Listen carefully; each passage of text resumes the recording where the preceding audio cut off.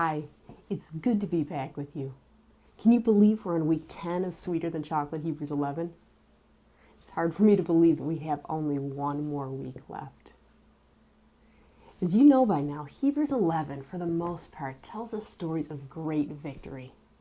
Men and women step out in faith and great things happen. They don't usually happen right away, usually take some time. But with the exception of Abel, who's killed by his brother, most of the examples of faith in Hebrews 11 are the kind that we like. They're the kind that if you knew the end of the story when you were in the middle of the story, you'd be inclined to hang on. Think about it. Enoch, Noah, Abraham, Isaac, Jacob, Joseph, Rahab. They didn't get everything in the here and now by any means, but they saw God work, and their days, as far as we know, ended in peace. With the 2020 vision of hindsight, faith was a good deal for all of them. Again, they didn't see the big fulfillments because that was still to come in Jesus, but God was very present. God worked, and they saw the faithfulness of God in the here and now. And there's a part of me that wishes that was the end of the story, because that would be a pretty nice little paradigm to live in. The really good fulfillment is coming, but the here and now, it's not so very terrible. Life is good, but it's going to get better. That'll preach. That'll sell. But our text, it doesn't end there. It tells us of very difficult times where God intervened. We see the shutting of lions' mouths, probably a reference to Daniel, although Samson also tangled with a lion. We see the quenching of the power of fire, probably a reference to Daniel's friends, Shadrach, Meshach, and Abednego. We see people who were weak being made strong. And we know that David, Samson, and Gideon all fall into this category, and probably quite a few others. We even see reference to resurrection from the dead, which we know happened through both Elijah and Elisha. And to tell you the truth, I don't particularly want to face a lion, but if God's going to take care of that, we're going to have one awesome illustration somewhere down the line. And while we're at it, I'm not lining up to stand in the furnace, but it's different if I know that God will save me out of it. So even if the text ended here, hardship but deliverance, the paradigm still works for me. And I'm guessing for you too. Can you imagine the stories that Shadrach, Meshach, and Abednego have for their grandchildren? I mean, wow. But what we have at the end of Hebrews 11 is chilling. Let me read this for you. I'm going to be starting in verse 35.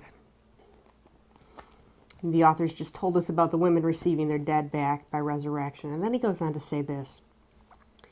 And others were tortured, not accepting their release, so that they might obtain a better resurrection. And others experienced mockings and scourgings, yes, also chains and imprisonment. They were stoned. They were sawn in two. They were tempted. They were put to death with the sword. They went about in sheepskins and goatskins, being destitute, afflicted, ill-treated. Men of whom the world was not worthy, wandering in deserts and mountains and caves and holes in the ground. And all these, having gained approval through their faith, did not receive what was promised, because God had provided something better for us, so that apart from us, they would not be made perfect. Tortured, sawn in two. According to the Baker New Testament commentary on Hebrews, I'm going to quote here. It says, "Tradition is strong that the prophet Isaiah was cut in half with a wooden saw." Now, this was thought to have happened during the reign of evil King Manasseh. My friend, that would take some time. They were put to death with the sword. When you really consider the text, this is hard to read. This is not video game or movie violence. This is real. And sometimes we can read over it because we're so desensitized, and because for followers of Christ in Western cultures, it can seem so remote. But things like this happen to our brothers and sisters around the world today. Suffering is not far from them. My friend, this paradigm only works when you're viewing life from an eternal perspective. What's amazing to me is that these saints look forward to a day when death would be defeated.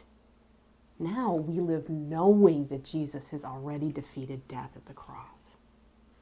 So often, though, we still bow like slaves to the fear of death. So that's my question to myself today, and that's my question to you. What's your working view of life and death? Not your theoretical view. And how does that affect the way you live and follow? Does your practical view of life end at the grave? I mean, think about it. Think about how you react to the news of sickness and death. Think about what you do with your time and your money. It's easy to talk good theology, especially when it involves someone else's life, someone else's spouse, someone else's kids. The truth is always truth, even when, and maybe I should say especially when, hardship hits close to home. What if you were free to go where God called and to do what God called you to do without fear? Can you imagine that? And I'm not talking about being rash and presuming on God, saying, God, I'm going to walk into the middle of a powder keg and I dare you to keep me safe.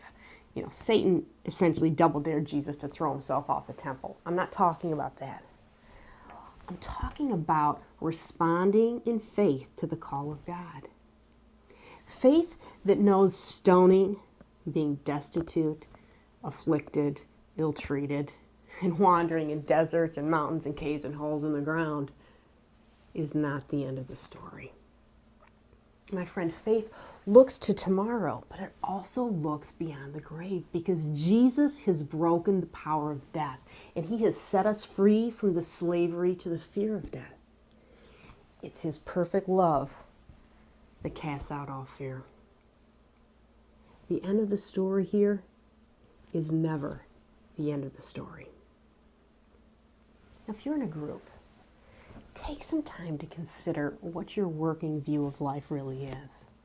Do you behave like life ends at the grave, or do you live with eternity clearly in mind? What are some examples from your life? And think about this. What truths from Scripture can you dwell on this week to help you think more biblically about life and death? You might want to pick up some texts from the lesson, or you can share with the rest of us some other helpful scriptures that you've found. And before you wrap up, be sure to post your response to either or both of these questions on the blog. Let me just close our time together this week simply by reading you the powerful and life-giving words of Hebrews 2:14 and 15.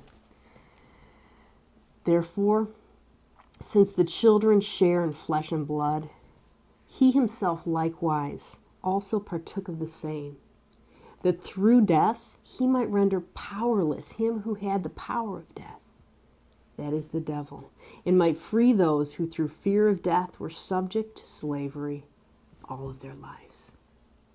My friend, Jesus came to set the captives free. In him we are free from the penalty of sin, and in him we are no longer slaves to the fear of death.